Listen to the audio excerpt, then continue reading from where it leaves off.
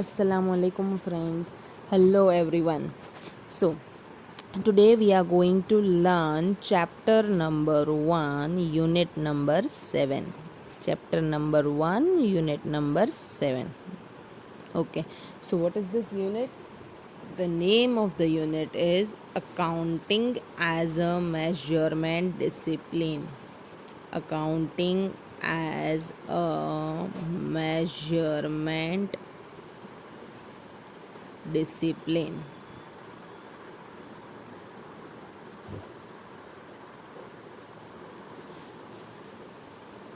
Dash valuation principles, accounting estimates. Valuation principles, accounting estimates.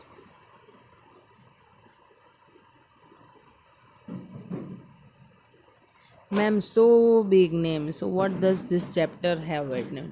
See, first of all, I'm making you understand the whole chapter. Then I will tell you see, in module, if you see, there is a long theory it is given. Important concept is only and only one. Other two concepts I will be teaching that will be important for you, that is asked in one two objective questions in your module MCQ portion, right?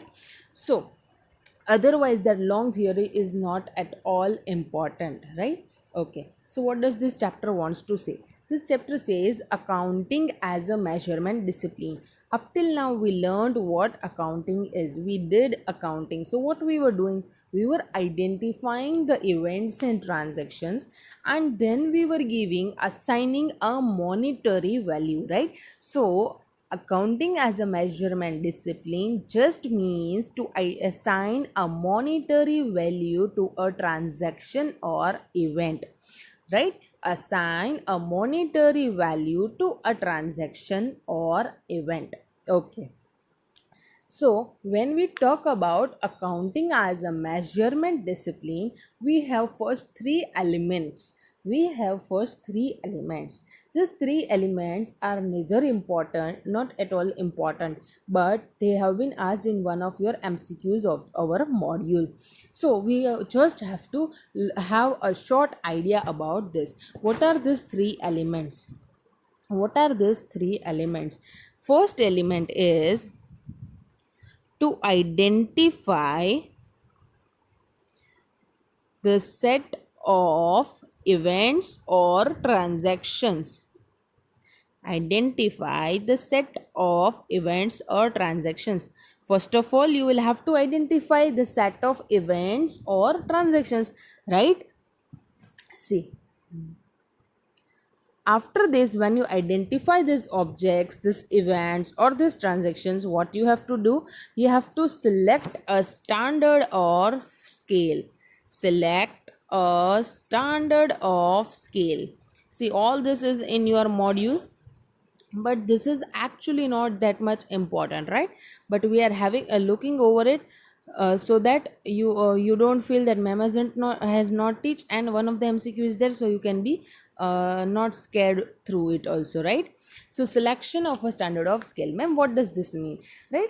You uh, selecting a standard of scale means that you have to select the ruling currency. If you are working in India, your business entity is in India, you will prepare your financial statements in which currency? Obviously your ruling currency is Indian rupees, INR, so you will prepare your financial statements in INR. So selecting a standard of scale is just you have to select your ruling currency. Okay, so when you have identified the transactions, thereafter you will identify your ruling currency. Now the last point is dimension of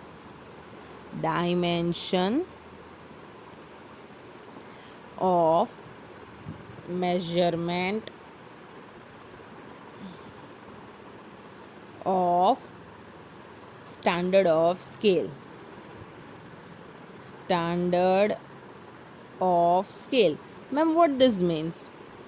This means that, see, when you assign rupee value to something, right, then the rupee value is not stable.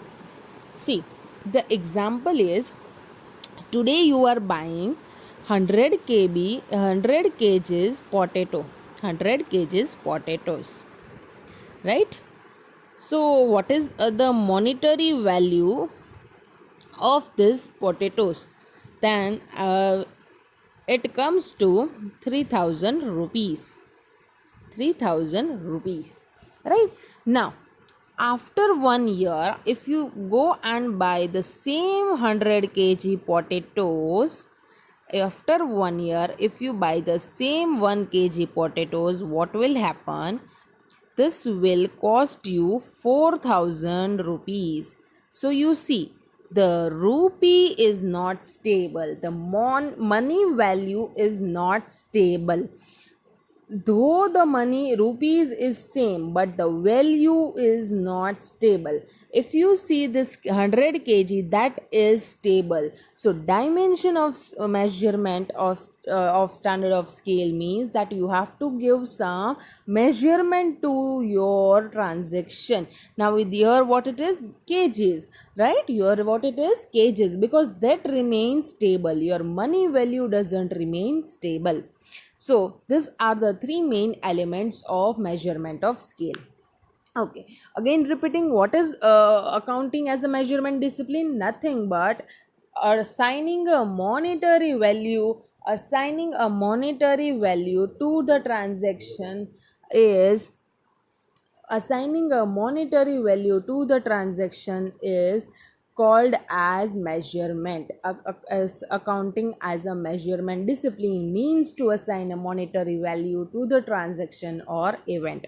Okay, these are the three elements or parameters. Now ma'am, we saw that money is not stable. Money is not stable. Today what you can buy it for 100 rupees, tomorrow you cannot buy that for 100 rupees. Okay, so but when I talk in accounting, accounting is purely dependent on monetary values. You do accounting purely on monetary values. We have to assign money value to each and every transactions. So taking all the things for granted, now we will understand how to do the valuations. In the whole chapter, the main point, the main important concept is valuation principles. So what are the valuation principles that are given to you? What do you mean by these valuation principles? You have transactions and events identified. Now how to assign the monetary value, how to value the transaction or event? You are given 4 types of principles with which you can identify the monetary value, right? So let us understand which are these principles. This is a very important concept in the whole chapter. Nothing else is important. Okay, let's learn the first principle. The first principle is historical cost concept. Historical cost concept. Historical cost concept. Right? What do you mean by historical cost? I think all of you know it, right? Historical cost means acquisition price. Acquisition cost. Now what do you mean by acquisition cost, ma'am?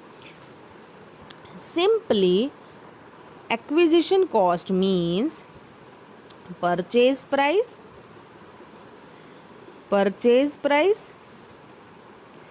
add all the expenses that are directly related into bringing the product to the present location and conditions. All the direct costs that are related to bring the asset to the present location and condition shall be added. Okay, so let's have one example. We have bought an AC. We are having a business and we have bought an AC. So what is happening? The purchase price of this AC is 25,000. So purchase price is 25,000. Now bringing the AC from showroom to our business office, what is happening? We are incurring a transportation charges, and that is 500 rupees. Thereafter, we are installing the AC, right, into our office. So I am incurring an installation charges of rupees 1500. So now what is my cost? My acquisition cost or historical cost of my AC comes to 27,000 rupees. This is historical cost method. This is your first valuation principle. I hope it is clear to all of you. Okay. Now let's move to second principle. Your second principle is current cost. Current cost. Ma'am, you are saying everything cost, then how you can say valuation principle? Actually, generally we are recognizing every transaction at the cost. So costs are of different times. Maybe you maybe one is using historical cost, then other is using current cost. Okay, so let's learn current cost. What do you mean by current cost? Please hear me very clearly. Current cost means when if you are going today to the market, then at what price you will purchase this asset. Let's take the example of AC. Let's carry forward our example of AC. We bought this AC, say in the year 2019, 1st April 2019. Now, today the same model of AC I am going to buy. Today is 19th September 2020. So today when I go to buy this AC, this AC costs me rupees 30,000 or say 32,000. Rupees 32,000. Yes. So this is your current cost. Current cost means the cost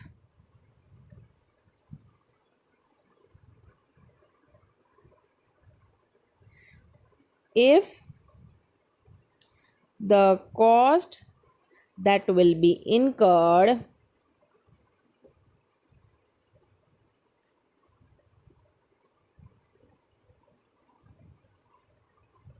to buy in today's market currently, or you can say currently.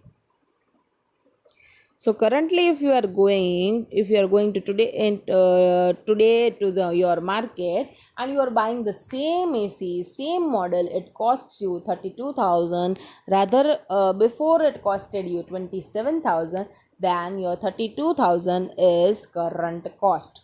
I hope this is clear. This was your second principle. Third principle, realizable value or realization cost. Now ma'am, what does mean? Realization cost. As current cost says, when you go to buy the product today and the cost that you incur is your current cost. So realization cost says when you go today to the market to sell this asset, the value you realize will be your realization cost. Understand?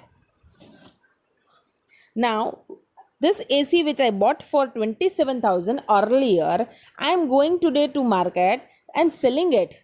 I am going to the market, I am selling it. Okay. So if I sell, today the value to purchase is 32,000. Okay. But if I today sell it, it gives me 30,000. How ma'am 30,000? It is available at 32,000. But I will incur some selling expenses, right? So in all, my net net realizable value or net selling consideration will be rupees 30,000. So this is your realizable value. Understood? What does it means? If you go today currently, if you go to market, current in today's market,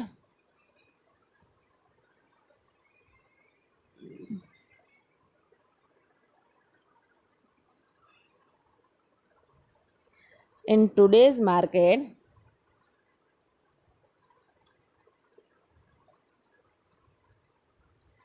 if you sell the asset, the value, that is net value realized, shall be realizable value, shall be realizable value. Clear, my dear students? Okay, this was a realization concept. Now the last principle, and that is present value. Up till now we did cost. Here it is value. So what this present value mean? See, understand, my dear students, this concept I cannot teach it now here. Just for the definition purpose and somewhat basical idea I will give to all of you.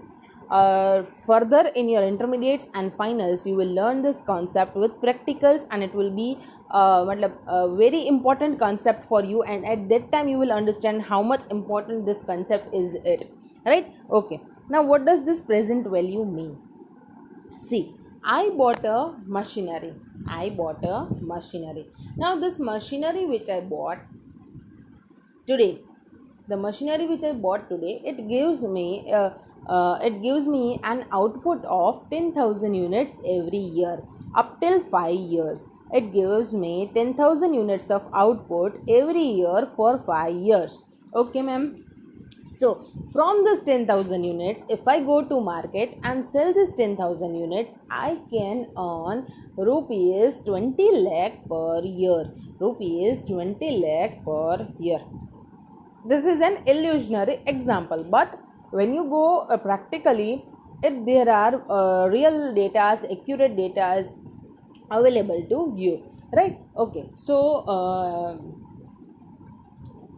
10,000 units if you go and sell, I am getting, now 10,000 units you go and sell, then I am getting 20 lakh rupees per year for 5 years. So you see, your future earnings is for your from next year 1 2 3 4 5, and your cash inflow is 20 lakh rupees per year, right?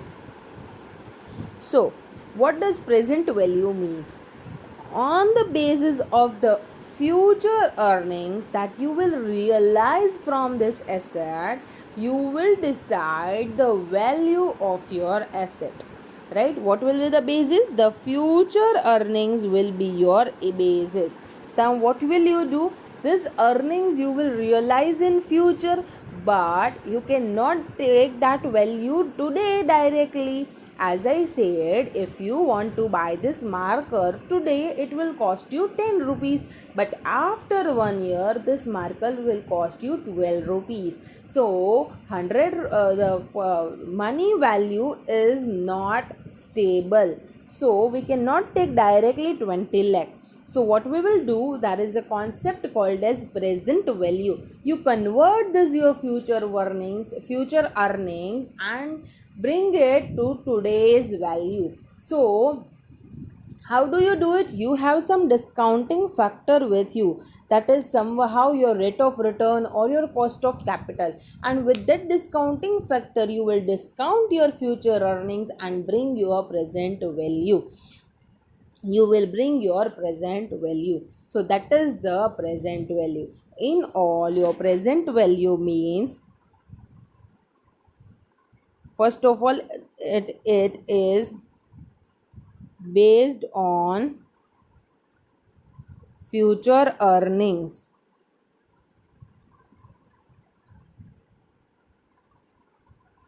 The present value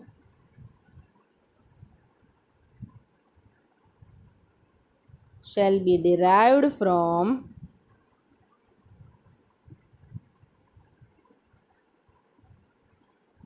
by discounting all the future earnings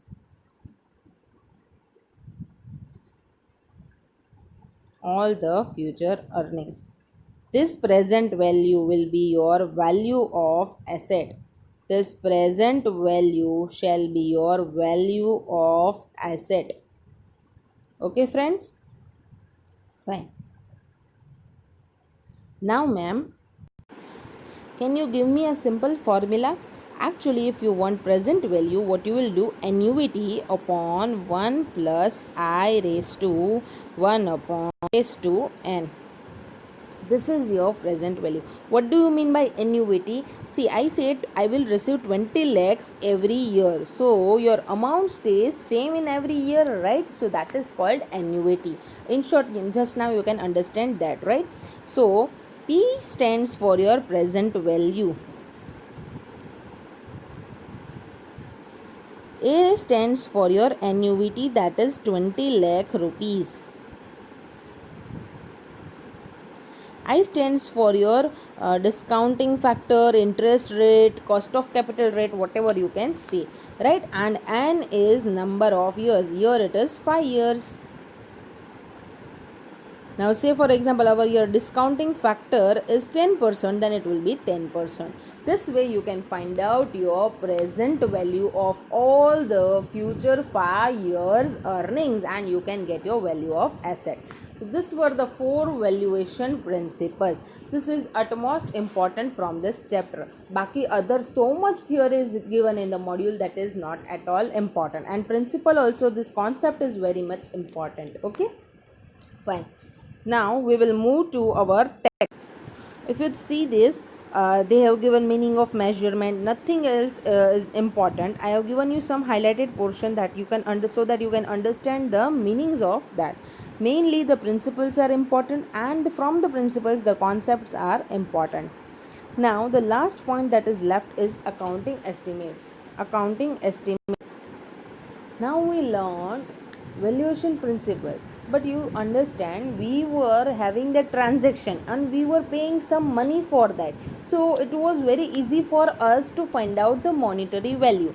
But what about the estimates? Ma'am, what is estimate? Accounting estimates, let's have an example.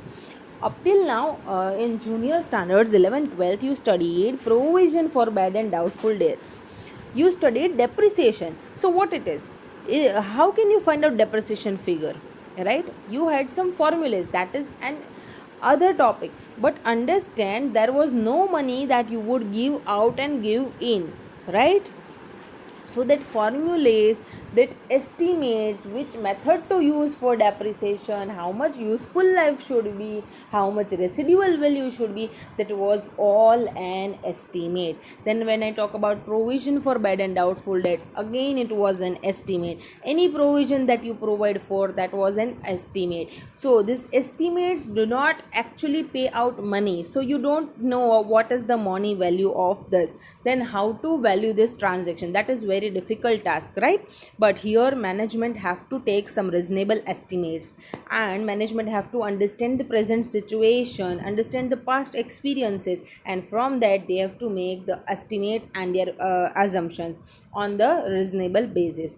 For what they have to make? For assets, liabilities, incomes, expenses, every crucial element of our financial statement, they have to make these estimates before the preparation of financial statements. Okay, so this estimates actually involves so much of judgments, so much of information, so from that you can get a reasonable estimate. Okay, now ma'am ये this estimate can change right. आज आपको लगा कि मुझे liability 1000 rupees का आएगा, लेकिन कल कुछ और हो गया, it came to 2000.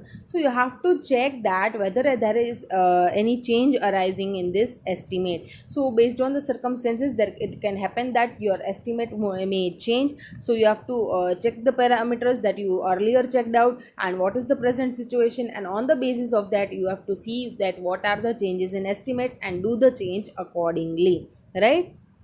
Okay, so this was something about change in accounting estimate that is not at all important. Now we will move to our MCQs part.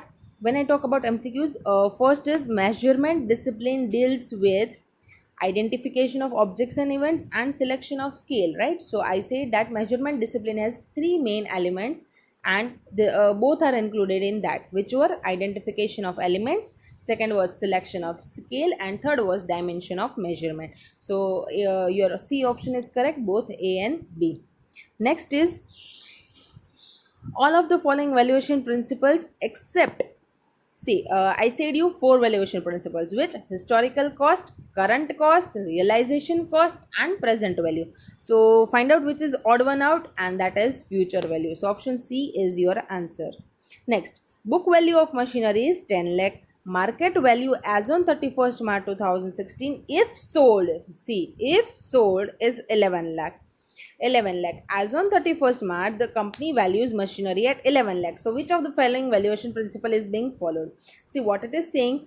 On 31st March 2016, if you go and sell this machinery, you will realize 11 lakh. So, this value is what? This is your realization value. So, if the company values your machinery at 11 lakh, it means that it is following realizable value concept, and that is C. C answer is correct. Now this second MCQ is very important for you for your exam also. So pay attention here. Mohan purchased a machinery amounting to 10 lakh on 1st April 2001. So you are purchasing at 10 lakh. So that is your acquisition cost. That is your historical cost, right? Okay. Now on 31st, let's write it.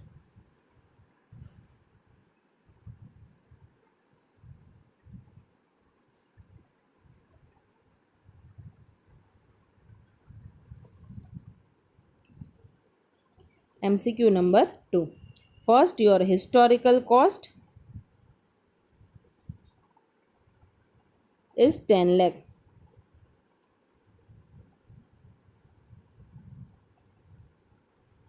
Okay.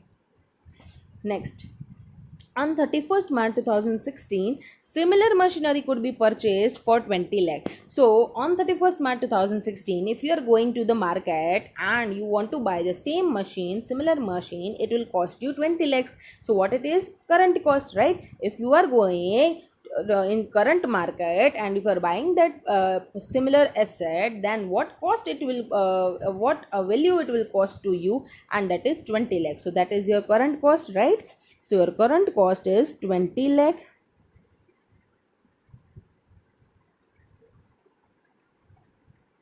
Okay. Now, but realizable value of machinery was estimated at 15 lakh, right? So the machine that you purchased on 1st April 2001, the realizable value was estimated at 15 lakh. Here it is given to you readily that this is your realizable value, that is your realization cost, right? Okay, so your realizable value is 15 lakh.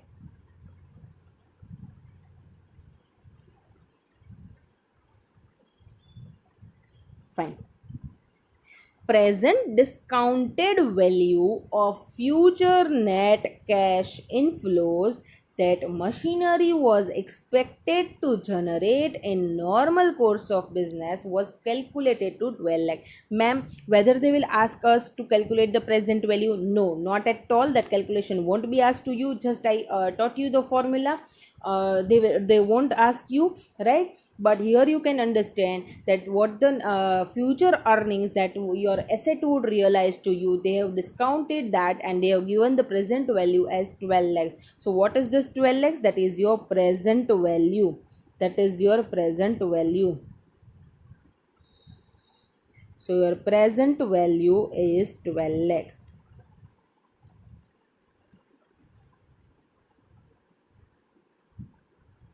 right? Okay, so let's read further. Current cost of machinery is, okay, so let us identify what was our current cost. That is 20 lakh, right? So your option B is correct. Next, present value of machinery is, so see, present value is 12 lakh, so your option C is correct, right? Third, the historical cost of machinery is, so if you see, historical cost is 10 lakhs. So your option A is correct. And the last one, the realizable value of machinery is, that is, you saw it is 15 lakhs. So your option C is correct. I hope the chapter is clear to all of you. Only valuation principles are important, nothing else is important. Still, I have given you the highlighted file. uh, if you have any doubts, you can ask me anytime. And one important note to all of you, hear it very very attentively. From chapter 1, I am ending the whole chapter 1 here. From chapter 1, unit 1, unit 2, unit 4, and that last one, provision contingent assets and contingent liabilities.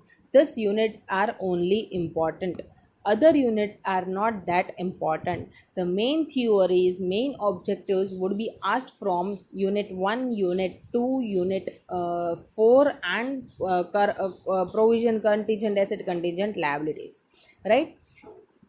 Whatever I have taught you, the summary that I have given to you, that is very very sufficient for all of you. Now it is up to you to read it, revise it, and understand, read it, revise it, and recall the concepts that I made you understand. Okay, now we are ending up the chapter number 1 here completely. Thank you so much, friends.